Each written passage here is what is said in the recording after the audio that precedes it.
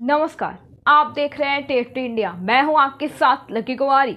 कार्यक्रम स्थल तक पैदल जाएंगे प्रशांत किशोर। विदेश से भी पहुंचे मेहमान। 200 से अधिक सीट जीतने का दावा।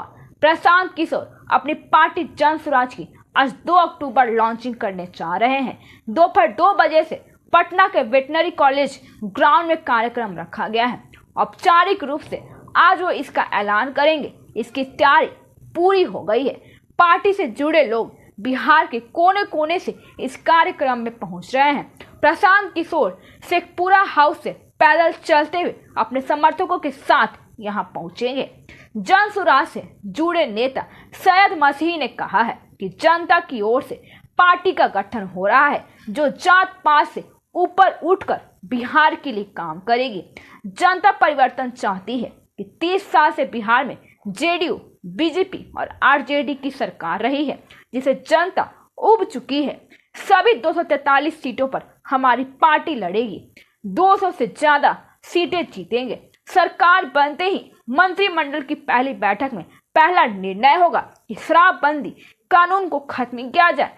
राइट टू रिकॉल नीति रहेगी, जिसके तहत जनता काम नहीं करने वाले अपने प्रतिनिधियों को हटा सकती है। और कौन करेगा पैसों से मदद? सैयद मसीह ने कहा है कि 2025 के चुनाव में 40 मुसलमान उम्मीदवार उतारे जाएंगे। उन्होंने कहा है कि प्रशांत किशोर 6500 गांव में गए हैं। लोगों से सीधा संवाद कर उनकी समस्याओं को जाना है। हजारों किलोमीटर की पद यात्रा बिहार में इस सवाल पर कि पैसा कहां से आएगा, इस पर कहा कि प्रशांत किशोर ने पिछले 10 सालों से 10 राज्यों में मुख्यमंत्रियों के साथ काम किया है, सत्ता बदलने का काम किया है। वो लोग हम लोगों को सहयोग करते हैं, जात पात की नहीं। काम की बात होगी। इस सवाल पर किन जन स्वराज का ज्यादा फोकस महिलाओं और मुसलमान समाज पर है, जबकि महिलाएं सीएम नीतीश कुमार की वोटर हैं और मुसलमान समाज आरजेडी का वोटर है। जन स्वराज सेल लगाएगी तो फायदा बीजेपी को हो सकता है। तो इस पर उन्होंने कहा है कि एनडीए और महागठबंधन ने बिहार को लूटने का काम किया है। किसी को फायदा, किसी को नुकसान करने के लिए हम लोग मैदान में नहीं आ रहे हैं, नए बिहार के निर्माण के लिए आ रहे हैं। बिहार की राजनीति जाति के इर्द गिर्द घूमती रहती है।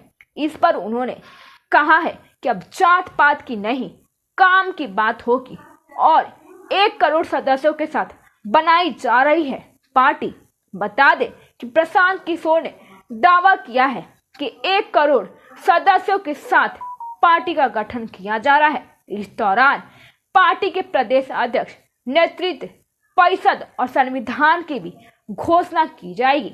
बता दें कि पार्टी की घोषणा से पहले प्रशांत किशोर 17 जिलों का दौरा कर चुके हैं और पद यात्रा के साथ चौपाल और संभाई कर चुके हैं। जन स्वराज से जुड़े नेताओं ने बताया है कुछ मुख्य मंच पर 4000 लोगों और पार्टी के हर जिले के जिला अध्यक्ष और पदाधिकारियों के बैठने की व्यवस्था की गई है। मंच के आगे 40,000 लोगों के बैठने के लिए कुर्सियां लगाई जा रही हैं। इस कार्यक्रम को लेकर जानकारी सामने आई है कि अमेरिका, ऑस्ट्रेलिया और जर्मनी सहित करीब 10 देशों से मेहमान बुलाए गए हैं। कॉलेज ग्राउंड में अलग अलग हिस्सों में स्क्रीन की व्यवस्था की गई है, जिस पर कार्यक्रम को लोग दूर से भी देख सकते हैं। 5-6 बड़े बड़े जनरेटर लगाए गए हैं ताकि कार्यक्रम में बिजली को लेकर बाधा उत्पन्न ना हो। और साथ ही सीएम नीतीश कुमार पर पप्पू यादव भड़के, कहा बाढ़ का सर्वे करने निकले हैं तो कहीं उतरा हेलीकॉप्टर। मुख्यमंत्री नीतीश कुमार ने मंगलवार को बाढ़ प्रभावित क्षेत्रों का हवाई सर्वे किया है, लेकिन इसको लेकर पूर्णिया सांसद राजेश रंजन उर्फ पप्पू यादव ने उन पर तीखा हमला बोला है। उन्होंने उन पर तंज कसते हुए कहा है कि नीतीश जी कहीं धरती पर उतरे हैं या नहीं, किसी तटबंध पर उनका हेलीकॉप्टर उतरा है। नीतीश कुमार के हवाई सर्वेक्षण पर तंज कसा है।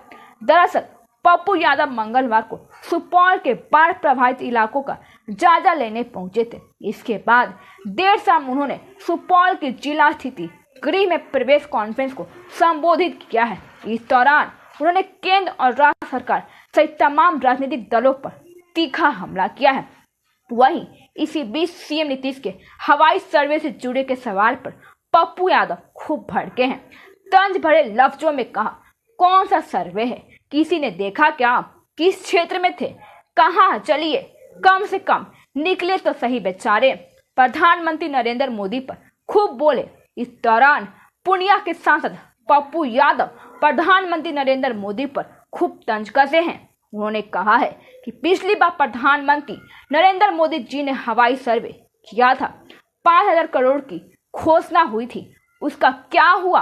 पप्पू यादव ने कहा कि देर आए दुरुस्त आए, ऊपर से वही देख लिए, उनको बता ही दिया और बता दिया गया कि बेचारे को नेताओं का काम ही है जनता की आंखों में धूल झोंकना।